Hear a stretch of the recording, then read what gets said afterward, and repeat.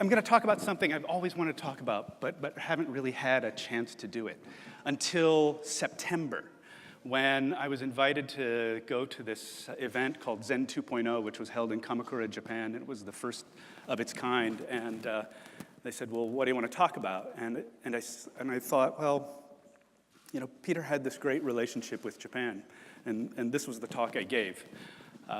So with that, we all know that Peter had this great influence on Japan, and over the summer I was sitting with a good friend of mine, and we were chatting, and he asked me the question, well, what do you think, Peter had this influence on Japan. What was the influence Japan had on Peter? I thought, wow, nobody's ever asked that before.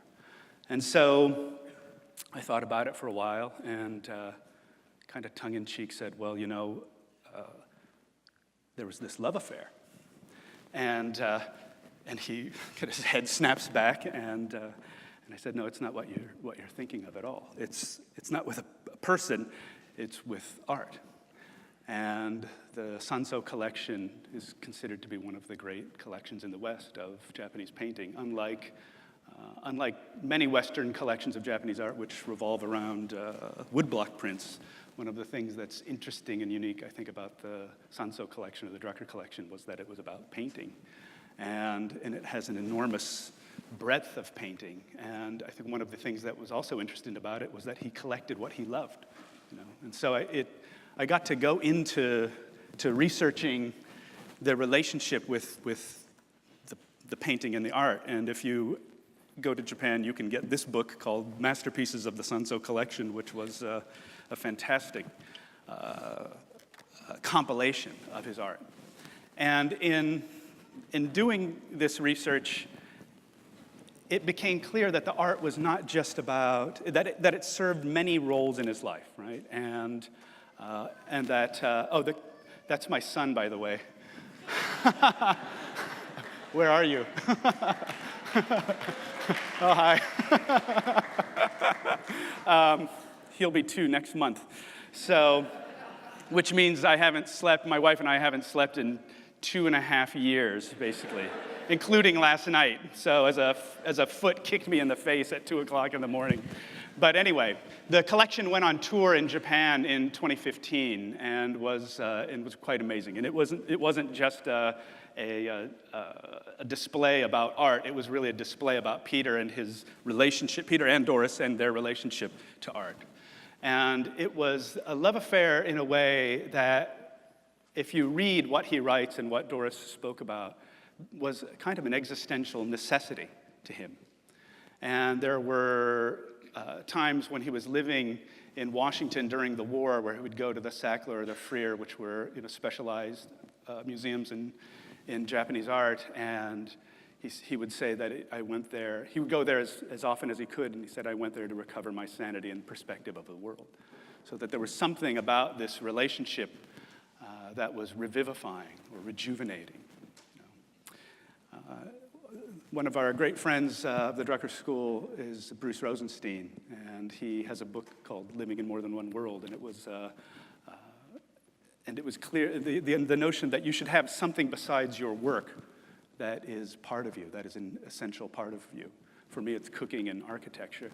And it was clear that art was Peter's second career in some way. And in talking with Rick Wartzman about what did the archive have in terms of Peter's relationship to the collections, with these detailed letters that he had between collectors and art museum directors about his thinking around different pieces that he was considering. So after the talk in Japan, we had a kind of Q&A, and this young businessman comes and talks to me and says, well, do I have to have something in my life that's other than my work, because I really like my work? And I said, well, do you want to eat a hamburger every day for the rest of your life? I mean, is that interesting? Do you think your wife wants to just talk to you about your business every day? Why don't you kind of broaden the portfolio a little bit? So in thinking about, what are the things we build into our lives that revivify us and rejuvenate us, it was clear that for him, art was one of them. And then there was like this line coming out in a essay that he wrote, that I knew something had happened to me, that I had experienced a touch, a small touch to be sure, but a genuine one of enlightenment, that there was something that had woken something up, or that stimulated him in a way that was not every day, right? And then we get to why was there this relationship between Japan and Peter that is still ongoing, but in a way it seems so intimate. And I think that there was this relationship between him and Japanese culture that was very kindred. And one was his insight that even Japanese scholars don't really have about Japanese culture, which is that Japanese culture in itself is perceptual. It's oriented around perception. How do you perceive the world? And how many people have been to Japan, just out of curiosity, right? So those of you who know, right, know that Japanese aestheticize everything about daily life. Even the corner noodle shop, you're served a work of art. And that there's this drive to create beauty in almost every aspect of life, right? So it's interesting that you have this culture that was perceptual, because in an interview that he gave with Warren Bennis many years ago, he declared himself, I'm not really an intellectual, I'm a perceptual. And I think it was also in that same interview that Peter talked about, that Warren had talked about Peter in terms of Saul Bellows' notion that he was a first-rate noticer, right? He was a first-rate noticer. And this, you'll see echoes in what has already been discussed today, twice actually, that these powers of perception, this capacity to see what was right in front of him, or what in front of us all, but nobody could see, was his capacity to see the future that had already happened, right? How was he able to see 20, 30 years into the future, or around a corner, around a corner, around a corner, to detect these trends or these movements in society that no one else saw, right? And from his point of view, it wasn't because of intellect, it was because of perception. He was able to see it, right? So this was just quoted, right, in the previous show, in the previous talk, right? I just look out the window and see what's visible but not yet seen. The playfulness of that, right? And I think in some ways it's literally true, right? How do you see what's there? And in my own classes, which are all about perception and training attention, especially salient in a world where your attention is constantly being fragmented and distracted at every turn, how do you preserve this precious resource that you have? And how Peter did it was, and you can go find this at the Drucker Institute. It's a little bit hard to read, but you'd call him up and you'd get this card.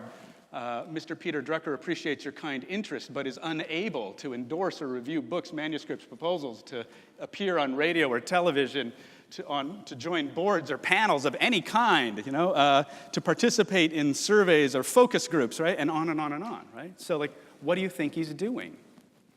Right? What do you think he's doing? He's protecting his attention, right? He's protecting his attention from incursion.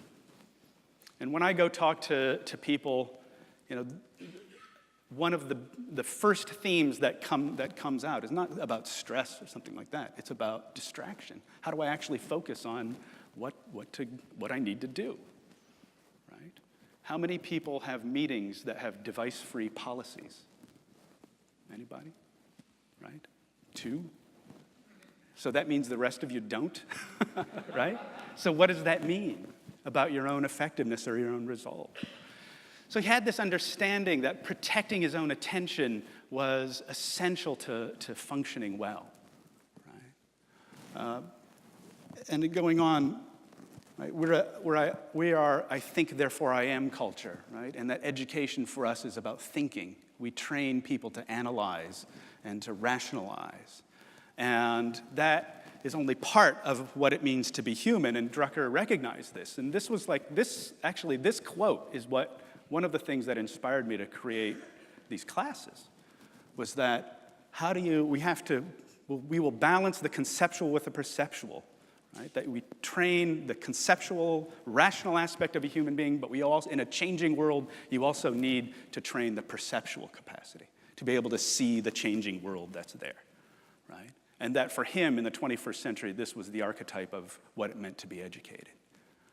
And so, then what's the Zen of Drucker? It's this, if you read in his work, there is hidden within it, based fundamentally, a practice of mindfulness, right? This first assumption is that change is the basic condition of existence, right? That things are constantly changing, right?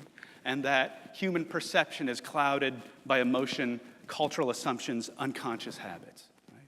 That to me was the crux of René's talk, right? That we walk around thinking that we're seeing the world clearly, but you're actually not. You're seeing a world that is influenced by your past experiences, by your emotional projections, by your fears and anxieties, right? And so you cultivate your perception to be able to see what's actually happening, what's beyond those projections and assumptions and biases, right? So what's actually there, right? And then systematic abandonment is just management speak for letting things go, right? That's KonMari, the Japanese tidying up, what's the life-changing magic of tidying up, right? The bestseller book, right? Well, that's Peter Drucker right there. Throw away what doesn't work. So, and then when you throw away what doesn't work, you get new energy to invest in new opportunities, right? The blue ocean perspective. So it's this continual development. I see this as a continual development of your own perception, refining perception to see what's actually happening out here and what's happening inside you, right? And then seeing what's there, what's working, what's not working. Let go of what doesn't work, and that gives you the chance to adapt, right? So that's mindfulness for organizations. That's all it is, right? And every organization and every human being falls into ruts and patterns and sense of comfort with the status quo. And I tell my students that comfort is death, that comfort shouldn't be the goal of your life. It's nice to have comfort, right? Our toilet seat is heated. That's really great when it's 40 degrees outside. But it shouldn't be the goal. And if it's the goal, it's a guaranteed quick death. So this idea, right, you can't manage other people unless you manage yourself first, right? So then how do you apply these principles to you? Right? So what does that look like? So I thought we could just walk through something. What do you do that consistently produces an unwanted result? And this is where being emotionally honest with yourself is very important, right? What actually are you getting that happens regularly? So when René talked about that it's easy to shift into a victim status, right? But at the end of the day, you were responsible for your results. So what are they? For me, I'm chronically late and 7 pounds overweight. So then, what are the beliefs and assumptions that drive the action? Right? That it's not your fault, they're forces beyond your control, right? What are the emotional reactions that hold that assumption or belief in place, right? Then, what are the choices that are created when you let go of those assumptions? It works for French friars, and it works for you as well. Right? So I went back and called up a bunch of my students about next year. As Bernie said, next year will be 15 years. So about year 10, I called them, because I've never taken my own class, right? And I thought, okay, so what did you actually get out of this? And the number one answer, the answer that kept coming up over and over again was not, oh, I feel calmer or whatnot. That's easy. But the number one answer was, oh, I learned how to create choices and options for myself. Where before, I see some of my past students in the audience, right? They're nodding their heads, right? Like, I learned how to create options and choices. These were the ones that lived, right? So, So they come out, right? Dead men don't talk. So, right? How do you create choices? How do you create choices where your fear and anxiety disallowed choices, where your biases disallowed choices, where your assumptions disallowed choices? And what happens when you realize you can let all that go, right? You can let all that go and something new emerges. And the consistent story that came back was that I was able to create options for myself, for my family, for my team, for my organization, because I realized at some level reality was malleable, that I was at some level creating it through my own reactions, and that I didn't see those reactions. And then once I cultivated my perception, I was able to see what was I actually doing, right? So I work with a group of attorneys, and in last week's class, one of them said, the most difficult challenge I have is a teenager. And I realized that I have a story in my head that I'm the helpful mom. But when I actually pay attention to what I'm doing, is that I realize I'm a nagging, I can't say the other word, pushy, demanding person to my son. And that I'm constantly pushing him. And that I realize that that's not creating a wanted result for either of us. And so I just stopped talking, and I stopped talking to, and I started asking, and I started listening, and it transformed. I dropped the assumption that being a good parent meant being pushy and being directive, and now I realize I just have to listen, right? And a miracle happened. And the miracle was that I had a meaningful conversation with a 14-year-old, right? So what happens, what are the choices that happen when you let go of the fundamental assumptions that you think are real? And then, how does that start to shift the result? So 3 years ago, I started a program working with Japanese social entrepreneurs because after the earthquake and tsunami and nuclear incident in March of 2011, an enormous amount of capital went into the social sector. And that enormous amount of capital raised up the expectations for performance and result. You mix that with a Japanese personality of total commitment to the cause, and the result is often not very good. In this case, many of those social leaders, very visionary, energetic, active people, were burning out and often dying because of that. And several years ago, a man and a woman who were instrumental basically in creating the Japanese social sector got a fellowship and came to Claremont, and we spent a year and a half together basically helping him rebuild his world.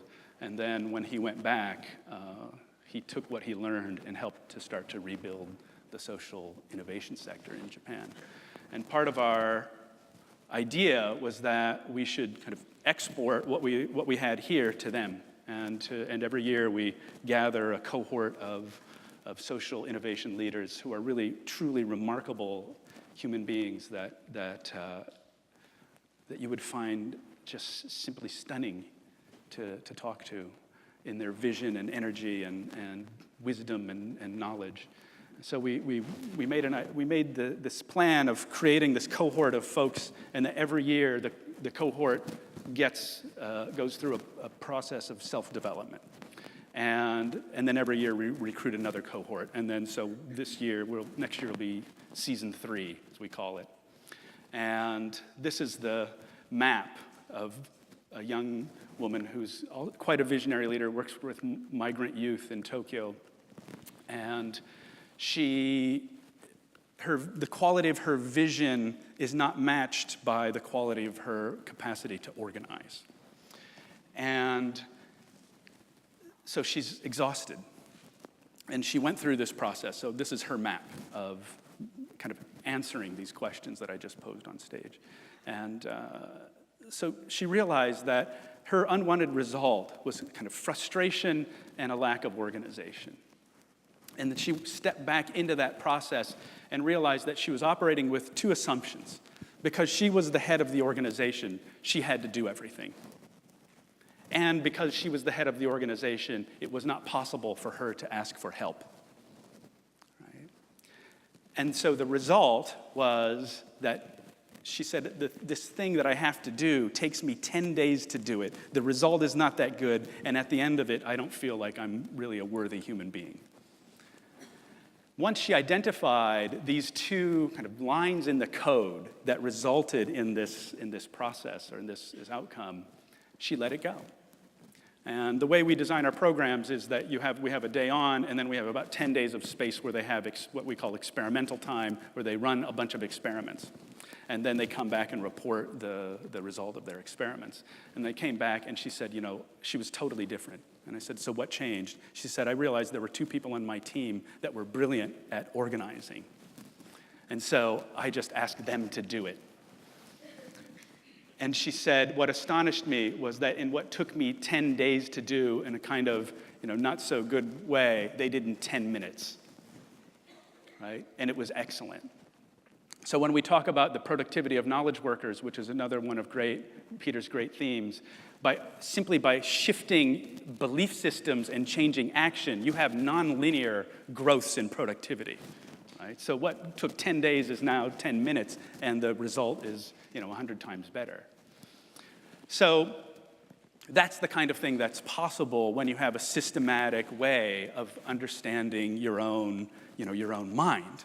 And Peter has, I think this is in post-capitalist society, the notion that how we've used knowledge has changed across time, and that, say, in the ancient times, knowledge was used for being, and that in the modern time, knowledge was used for doing, right, in the development of all science and technology, and they had been kind of split.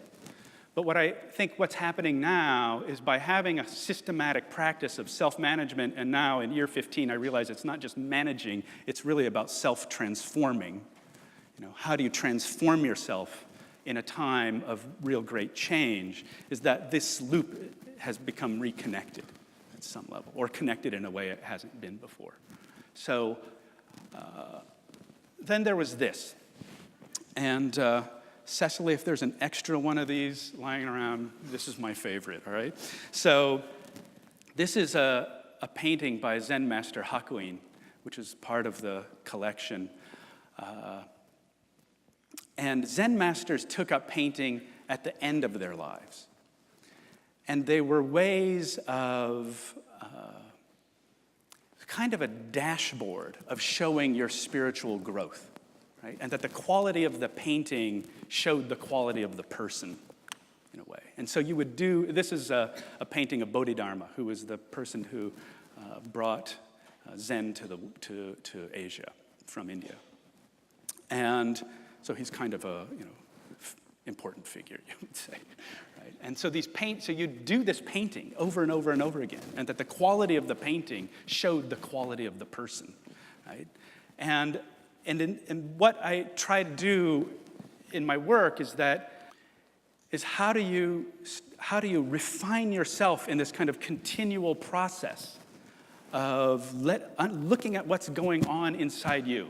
Right? What are the pains that you're holding, or the fears you're holding, or the suffering you're holding, and how do you let it go?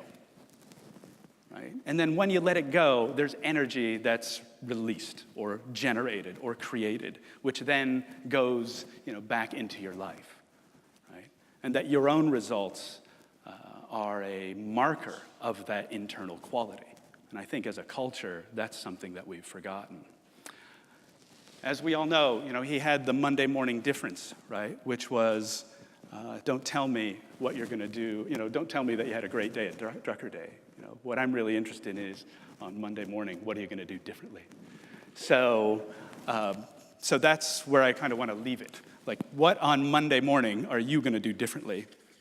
But let me read you something that I found in the process of doing this. Somehow the slide disappeared. This, I have to say, I think is an ethic. This came from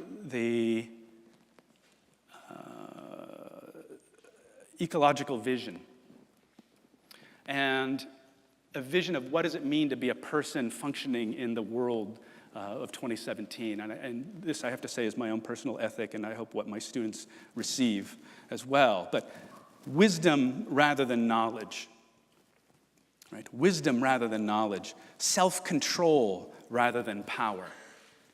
Self-control rather than power. And excellence rather than success. Right?